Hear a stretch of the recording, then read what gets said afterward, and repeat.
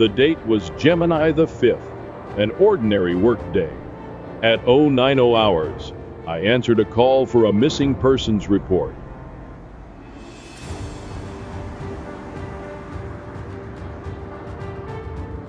One good dose of Cyan Buck energy drink, and I was on my way. My real name is Craig Darby, but my fellow officers on the force call me Cyan Buck because I drink them all the time.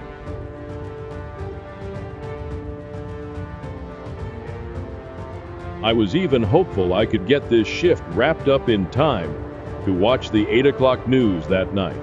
Our space program promised us a special announcement for that evening.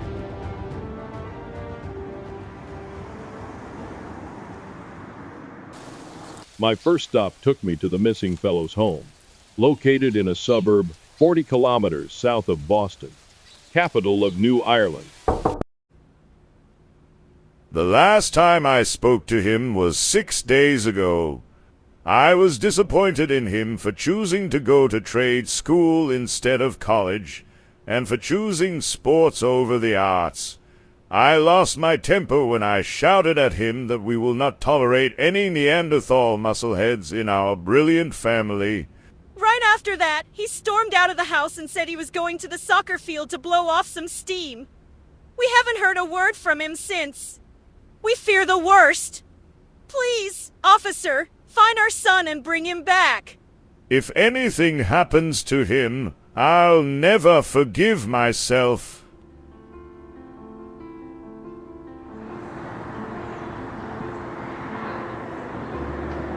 I checked out the obvious places a young man like Rick would frequent. Soccer fields,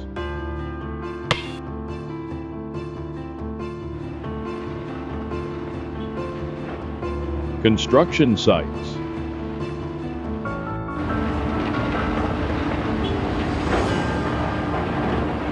auto repair shops, all to no avail.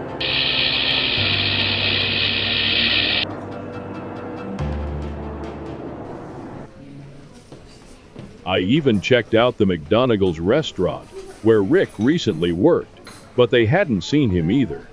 While I was there, I had a quick lunch of cool dogs and German bakes, tube-shaped bologna with mustard and relish, along with sliced potatoes cooked in beer batter, always hits the spot. Rick's former co-workers informed me that Rick got a new job with a construction firm across town. I decided to check it out. I heard there was a Rick Hender working here. Is that right? But why do you have all this tight security?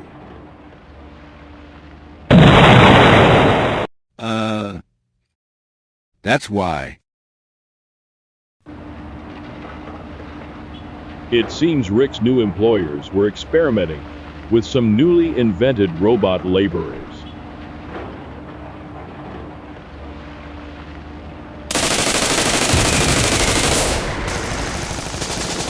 But due to an accidental computer virus at the factory, many of the automatons developed combat programming instead of the intended construction programming. The firm placed the entire complex under lockdown and called in the army to contain the situation. The chaos began the moment Rick reported for work, which explains why he hadn't contacted anyone on the outside, even his family.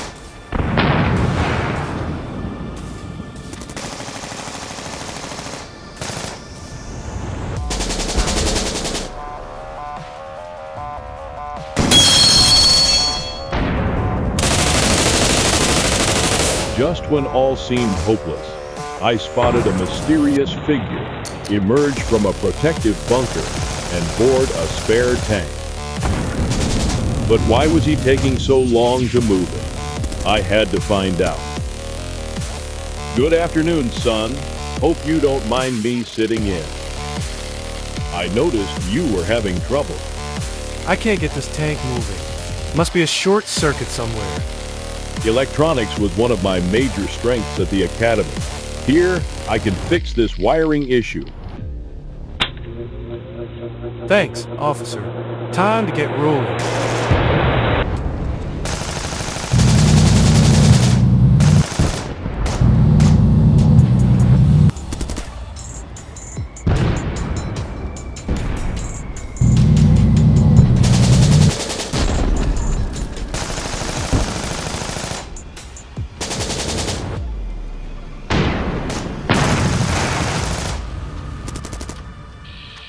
That strike didn't do much.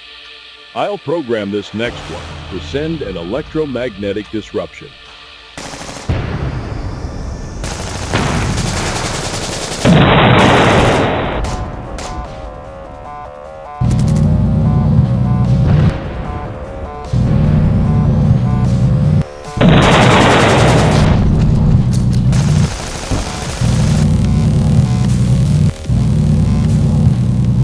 We did it! We sure did. By the way, I'm Detective Craig Derby. Nice to meet you. I'm Rick Hender. You're Charles and Maureen's son. We've been looking for you all day. My apologies, but I couldn't send out any communication. The people in charge didn't want any word of this catastrophe leaking out. They feared it would cause panic throughout the nation. That's all over now.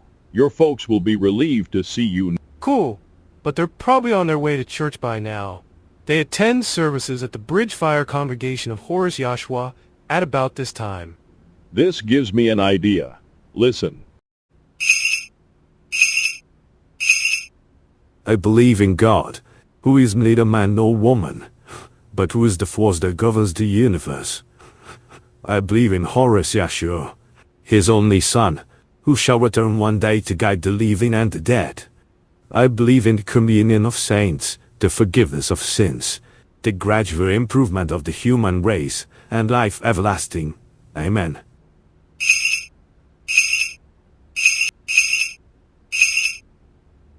This afternoon, I have a special blessing for each and every one of you. I invite a special guest to speak from the pulpit. He is currently serving as the builder's apprentice, but you may be pleasantly surprised when you hear what he has to say. With that in mind, I present to you Mr. Rick Hender. Look, Charles, that's our son. I can't believe they're allowing this dirt-sniffing dork to speak. What intelligent thought could he possibly provide? Watch your tone. If not for those dorks, you wouldn't have a house to live in. They're just as important as we are. We cannot continue to survive as a human race if we keep believing that any attribute, be it brute strength or intellect, should take more priority than the other.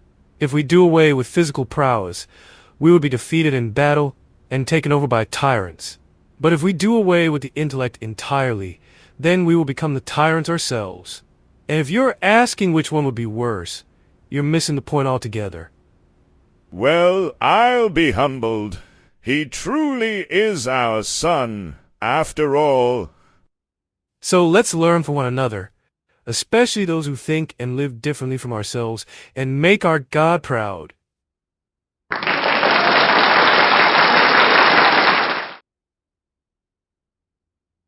Mom, Dad.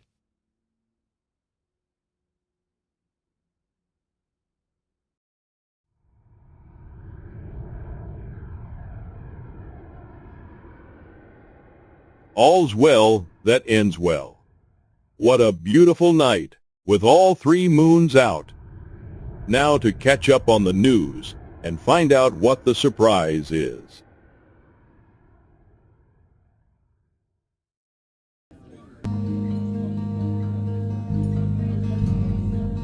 We're your home for Think Sharp favorites. Quality 99.1 WPLQ FM. The Transportation Department promises the new underground route will be completed soon. This is Channel 7 News. We got arts and weather coming up next, but first we have the exclusive story you have all been waiting for. We go live now to the Betancourt Space Center. Thank you, Mindy. Here at the Betancourt Space Center, There is a great deal of excitement and anticipation as the astronauts of a classified space mission prepare to reveal their findings to the public. We now turn you over to Betancourt's director, Catherine Walsh. 10 months ago, we sent a 4-personnel crew on a routine mission. They were initially assigned to test a few of our spaceship's experimental features. But when they circled the sun during one of these tests, they found something quite astounding. It seems the object we found on the other side of the sun is a habitable planet much like our own. It is almost an exact duplicate of our Midgaia, only the natives of that world call their planet Earth. Great Holland Shed, a world just like our Midgaia, but on the other side of the sun. They have many of the things we have here, but there are some differences. For example, over on Earth, the people value physical prowess over the intellect. Their version of New Ireland is called Massachusetts, and they cook their tubular bologna and serve them as hot dogs. Now why would anybody want to ruin perfectly good bologna by cooking it? Well, to each their own, I guess. Thank you for watching the 8 o'clock news. Midgaia's Greatest Scribes is coming up next. Have a great night.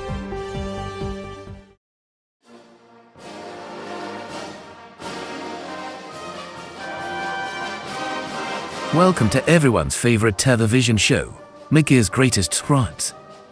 Our first artist tonight recently got her picture on the cover of Neuron Magazine, reciting her poem titled Slice of Frozen Tab. Please welcome Jane Magenta.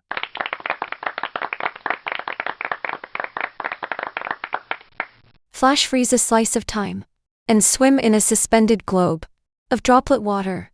Magnify sodium chloride building blocks for human consumption, or lurk in the exciting realm of nature to capture such wonders as the swiftness of a rabbit, or the intricate construction of an arachnid's web. Reveal the beauty shrouded in midnight, show a few mysteries that usually pass unseen, or create a whole new realm somewhere in between fantasy and reality. Weave the magic of camera obscura